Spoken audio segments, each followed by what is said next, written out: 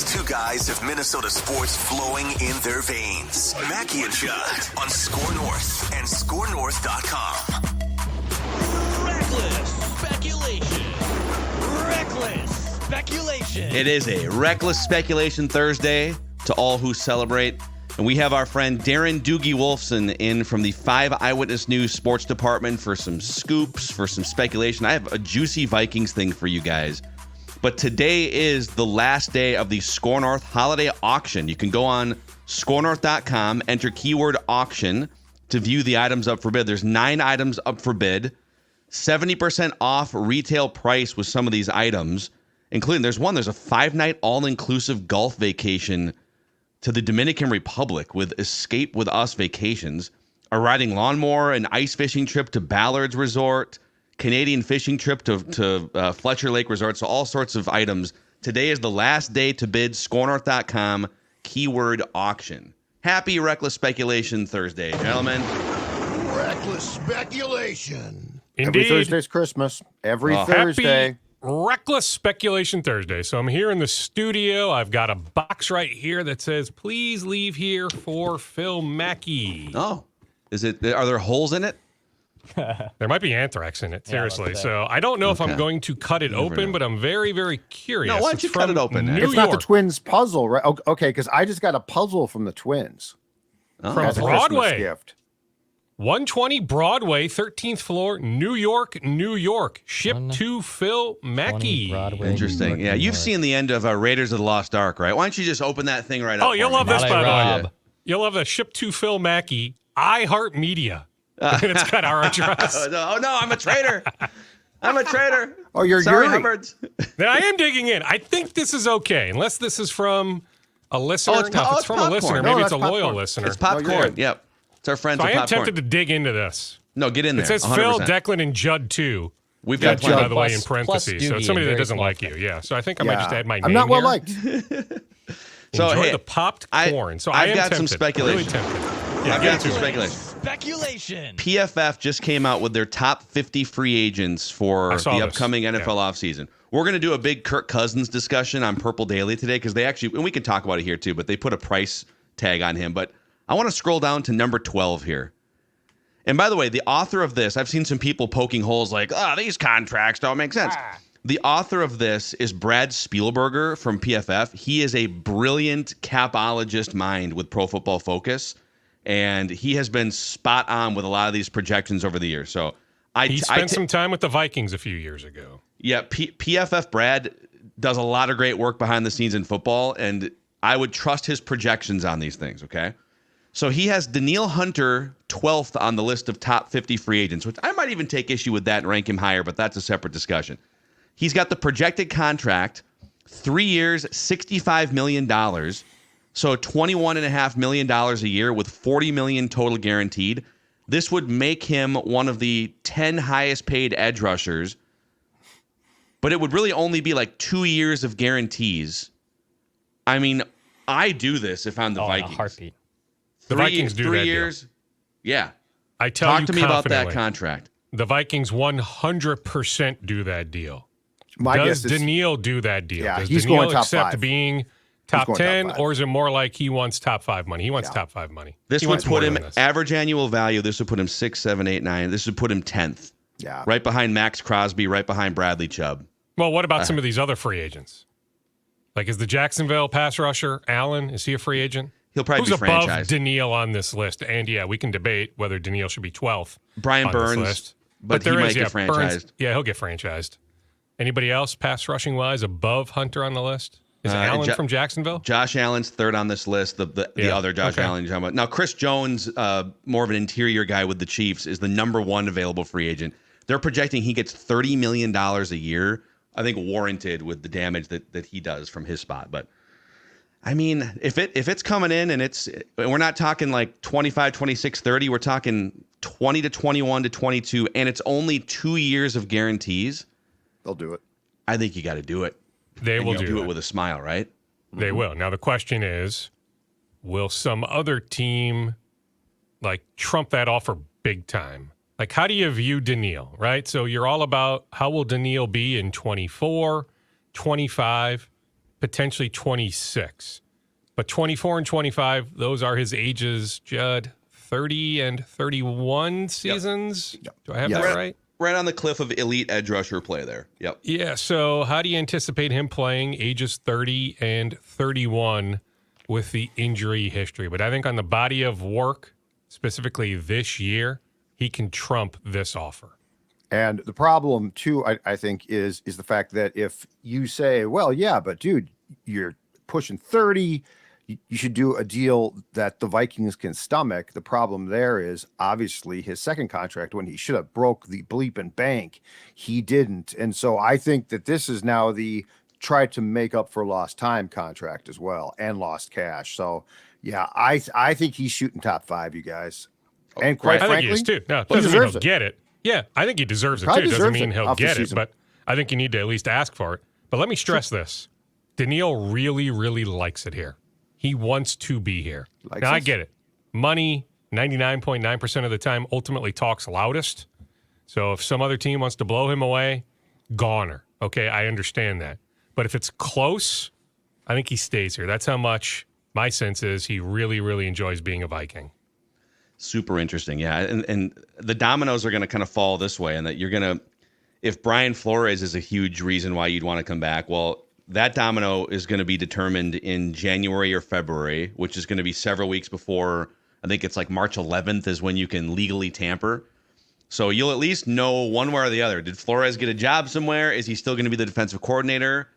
Maybe that factors into Danielle Hunter's logic. It's money. It's also productivity. It's an environment, a system that I can thrive in. So you'll know Flores, and then you'll also, before the draft, you'll know, we can get into the Cousins number here too. You should know on Cousins, if this figure is right, it's going to have to be a March signing, because teams won't have this kind of cap space after the draft. So Cousins is the number 2 free agent on this list, according to PFF. And they're kind of comparing his, they list like comparable players in recent NFL history. And they're listing Phillip Rivers when he signed with the Colts. But Rivers was like 39. Cousins is a few years younger. Now Cousins is coming off an Achilles. But the contract projection is 2 years, $60 million. So $30 million a year average annual value, which would rank 17th among current quarterbacks, and $37.5 million guaranteed, which is like 1 year guaranteed and then some cap hit going into like the second year, however they would structure it. That's interesting to me, because if he's the 17th highest paid quarterback and he's making 20 or 25 million less than the top quarterbacks on the market, the Burrows and the Mahomes and those guys, now I'm getting a little more value. Now I'm getting a little wiggle room now to, okay, I've got some, I can extend Danielle without having to have too much of a headache, right? Like, what are your thoughts on 2 years, $60 million with like 1 year guaranteed with some other money that kind of bleeds into the second year? The Vikings do that deal. I do that deal in a heartbeat, like zero hesitation. That's an easy yes. But I also believe, who cares what I think, that the Vikings would do that deal. I really do. Yes. More importantly, do you think Mike McCartney, Kirk's agent, and Kirk do that deal? Because that's the question here. You know what? I mean, part of this also is going to depend on probably when it comes to prominent free agents in Kirk and Danielle is playing them off each other, because people are going to have to make decisions on what they want, and you're going to only have so long. So, like, do you prioritize Kirk and say, hey, Danielle, Kirk's going to get this. Do you want yours? And that's where this is going to become a very interesting back and forth game.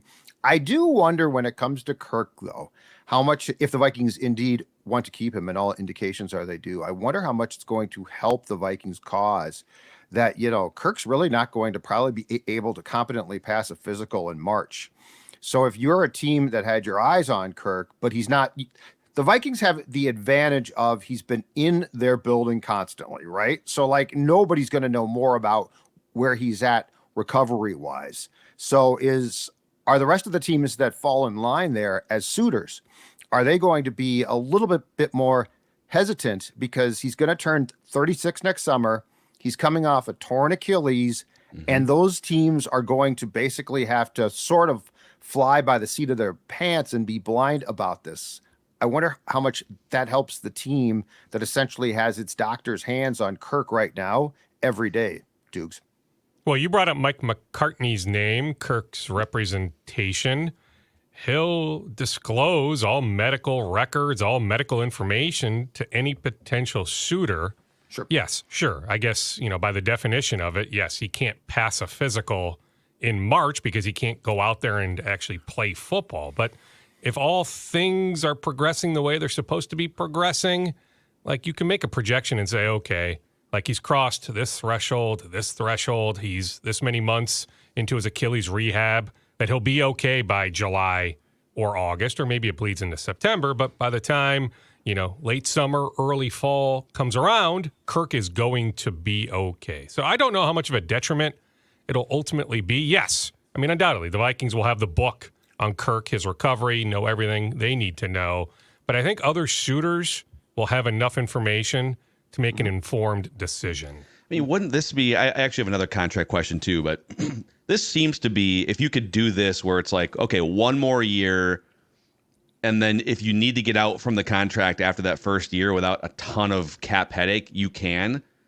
That would seem to be a great scenario, because if it's kind of a disaster, all right, you're not stuck for like 3 years of guarantees. You could also draft a quarterback in the first or second round. Which I think is still coming. I mean, Yep. it could be this Cousins deal plus drafting a quarterback very high. Yep. Like, that's why this is intriguing. Now, my other question, I'll throw it to Judd first, because I know you've been sort of sleuthing behind the scenes. What happens with the $28 million accounting cap hit for 2024? So they put a void year, or maybe it was multiple void years, but in the event of multiple void years, it all comes to fruition like the first year after the contract's done. So the Vikings shoved $28 million in basically accounting into 2024 when he's no longer under contract. If they sign him to a new deal, what happens with that $28 million on their books? Do we know? Yes, although it's confusing because these things are always, because they're dated with certain restrictions of what you can and can't do. But from asking around, what I could ascertain about this is if he signs a contract in March, the void years get withheld. So you don't then have to pay on top of that. So you're not paying two salaries. You're paying just the one. Okay.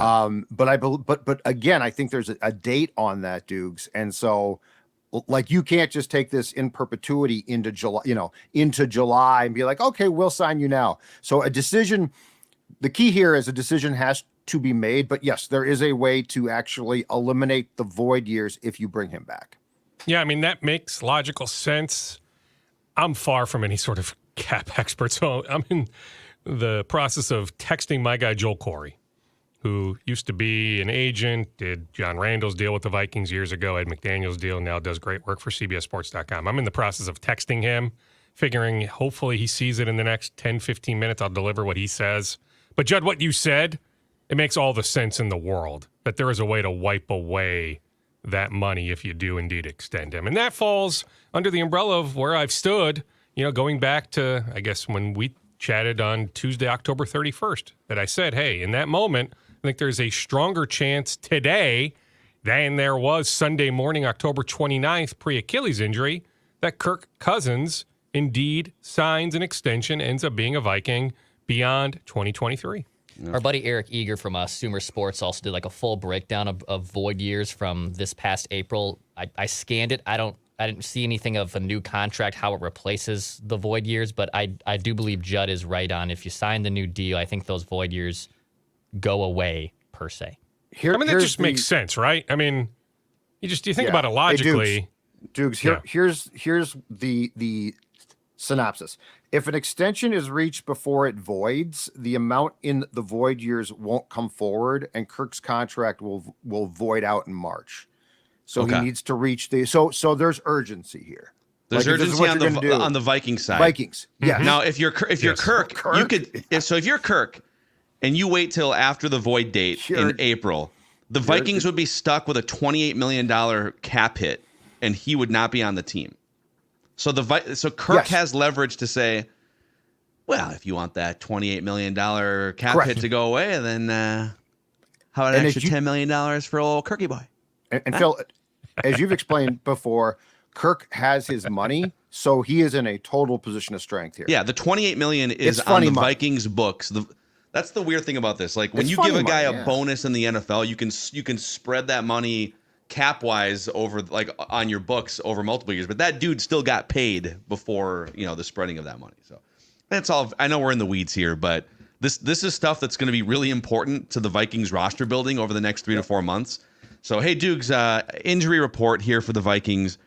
Alexander Mattion with that ankle has not practiced yet. Now, Tuesday was like take a guess at their status day because they weren't actually practicing. But Madison not practicing. Jalen Naylor with the concussion still not practicing. Brian O'Neill not practicing with an ankle. Jefferson limited, and he told that kid at the Target in Roseville that he was going to play. So give us some injury updates. Jefferson is in for Saturday. We'll get official game designations actually later today, but the game's Saturday. Think about today being like a Friday when a game is on a Sunday. So anyway, we'll get official game designations early this afternoon, but Jefferson in. Alexander Mattion, I'm told the ankle sprain is of the high variety. High so he's out for ankle the year. sprain. No, I'm told not out for the year. Now, I can't tell you 1 through 53, okay, this is the toughest guy, this is the next toughest guy, but I will tell you, Mattion was dealing with some stuff after the New Orleans game, heading into the Denver game, was able to fight through. There is a toughness there. I mean, you can knock Mattion on many fronts if you want to, but I would not knock that man's toughness, willing to play through some pain. So no, I anticipate Mattion to be back this year, but I think it'll be tough for him to play, as soon as Saturday. But no, not out for the year. I am told not out for the year. Something would have to turn for the worse for Mattion to not return this year. Same goes, I don't know exactly the diagnosis on the O'Neill ankle issue, but I'm led to believe that is not a season-ending injury. But he will not play, it sounds like, against the I Bengals anticipate well. David Quessenberry Okay, in I got a quick question here. Ed Ingram back, though. Ed Ingram in. Not to be a complete jerk here, Mm-hmm. but does Alexander Mattion bring enough to put him in 1 second before he is set to play? Like, are you really gonna like a hobbled version of an already kind of borderline starting running back? Yeah, it's tough. Help me out here. That's tough. Give me. It's fair. Now, give me more CJ Ham. You trust him blocking wise? Yeah, he finally got a carry. I mean, you trust Mattion to block more than Chandler. I'm not sure. I want to give Kene Nwangwu more carries. So you're a bit stuck with Cam Akers lost. But I get it. I mean, you're not rushing him back. I mean, what you're saying is, okay, high ankle sprain. Is he really going to be even 75 or 80% on December 24th, for example, against the Detroit Lions? So you're saying correct. If he's not 95 or 100%, why would you play him on December 24th? Just give the bulk of the carries to Ty Chandler or just keep passing, run it 10 to 12 times, not 20 times, right? Boy, I mean, I don't know. Let's see how he progresses next week. I'm not quite there yet, though. I mean, if he's at 75 or 80%, I'm willing to give him a few touches on December 24th. We'll get to some more scoops here with Doogie after we shout out our friends at Zero Res. So, hey, the time flies. I kind of hate how, I get all excited on December 1st because, I like December. It's fun. You got December football, you got the holidays, and then all of a sudden it's December 14th and the month is half over. And so, but you got family gatherings coming up, friend gatherings. Zero Res is here to help you deep clean your house. Not even really help you. They'll just do it for you in a professional manner.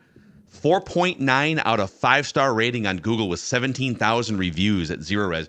If you call Zero Res today at 952-ZERO-RES or go to ZeroResMinnesota.com and ask for the Score North special, you can get 3 rooms Zero Resified starting at just $129. That's 952-ZERO-RES or ZeroResMinnesota.com. 3 rooms Zero Resified starting at just $129. Spell it forwards or backwards, it spells the same, Zero Res.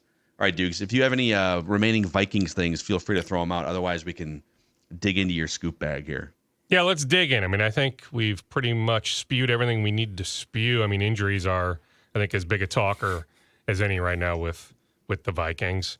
Sitting pretty, obviously, with Green Bay, Seattle, L.A., the Rams, losing all on, last weekend, Monday, Sunday. So the Vikings sitting okay, ride the roller coaster, right? I mean, 3 into 1-4 into 6-4 into 6-6 into whatever it is now, 6-7 into, just 4 keep riding quarterbacks. It, right? Yep. 4 quarterbacks. So keep riding it. it'll probably come down to that final game in Detroit. Are they in the playoffs? Are they not in the playoffs? Certainly December 31st, the game against Green Bay, will go a long way in determining if they can play that second weekend in January. But, we all thought on, Sunday night, October 29th, Kirk tears his Achilles, season over, right? So, any chance, it's just unfortunate, right? With this offensive line, with the defense being this good, that there was this sense, okay, maybe they can make some sort of run in January. Those thoughts are long gone, but hey, enjoy the moment. This team can still qualify for the playoffs. Where are we at? Let's go wild here for a second. So, all right, they've had a little spurt here after the coaching change, but organizationally, it does feel to at least the hockey whisperer's secretary, that would be me, that they're sitting on this plateau again. They've got Kirill Kaprizov the last few years. He's in his prime, but the franchise feels like it's just stuck again right now. There's not like a path to become an elite contender. What are you sort of surveying around Wildville right now, Dukes? Well, Jonas Brodin is at the gala on Tuesday at the X in a cast. We know it's a weeks-long injury. It's not week to week. Like, we know he's going to miss multiple weeks, so that's unfortunate. You can make a case. Certainly that pairing Brodin with Brock Faber, their best defensive pairing. Now Faber will play with Jake Middleton, Brodin on long-term injured reserve for cap reasons so they can call up some guys, but he is going to miss multiple weeks. Interesting that Bill Guerin was nowhere to be found on Tuesday at the gala. There have been, other reporters have reported this. I can certainly confirm it, that there's been some investigations going on in the workplace, conduct in the workplace. What exactly is going on? Assistant General Manager Chris O'Hearn, their capologist, is now gone. The Wild calling it a mutual parting, but there's certainly way more to that story. Billy, who's an open book, as transparent an executive as we've had in town in a long time, not responding to messages. So there's some weird stuff going on right now with the Wild. Yours truly will be in St. Paul tonight. I'm so intrigued. I will be at the XL Energy Center tonight. Maybe I'll dig a little bit more. You're coming? In person. Yeah, I'll be in the crowd. But I'll be sitting next to somebody who knows a lot of stuff. So, I hope to glean some more knowledge. Judd, you certainly are over there a lot. You have your finger on the pulse of the Wild. So, are you with me? There's a lot of weirdness around that organization right now. I had no clue that there were, until I saw the story in The Athletic today, that there were 2 investigations that have been ongoing. What concerns me, too, is this league right now, rightfully so, is very paranoid about things in light of what's transpired with the Blackhawks more than once. And so, like, when you're talking about internal investigations into workplace behaviors, that is definitely a cause for concern of some sort. Well, you say internal investigations, it's outsiders doing the investigating. Yes. I'm saying investigations into workplace conduct and things like that concern me, because you're not talking about things aren't right with, the personnel decisions. Like, the reckless speculation stuff is fun. This is outside of that scope, because this sounds like it potentially could be a real problem, and I'm just curious what that might be. Yeah, we're not even that far removed from, Paul Fenton, who, by the way, brought in Chris O'Hearn, but O'Hearn and Billy G developed a tight bond. Well, O'Hearn, too. So many responsibilities. It's not like Bill Guerin is a cap expert. He would always just go to Chris, say, hey, can we do this? Can we do that? How would that move look? Right? So I don't know how you immediately replace that. And my understanding is it's not anything that Chris did wrong. And so just very, very interesting, the timing of all this. Middle of the season, mid-December, that the assistant general manager is now gone. We can't have nice things. That's it, guys. Who recently signed a new contract, by the way. Just the whole thing. It's weird. There's way more to that story. Put it that way. Way more. Hey, 2 minutes left here, Dukes. What's left in your scoop bag? Let's start with Timberwolves on this one. Anthony Edwards. I don't need him to play until he is 110% with that hip.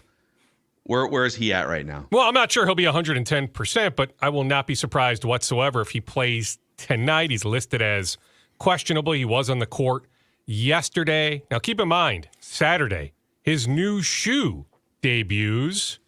It's a big week. It's Anthony Edwards night at Target Center. They will celebrate Anthony Edwards on Saturday night. So minimum, he's back this week. Like, he's playing Saturday. The question is, does he play tonight? But I will not be surprised if he plays in Dallas tonight. The Wolves continue this run of 16 consecutive games against teams above 500. But you look at Dallas, Luka Doncic, yeah, he'll play, but he's banged up.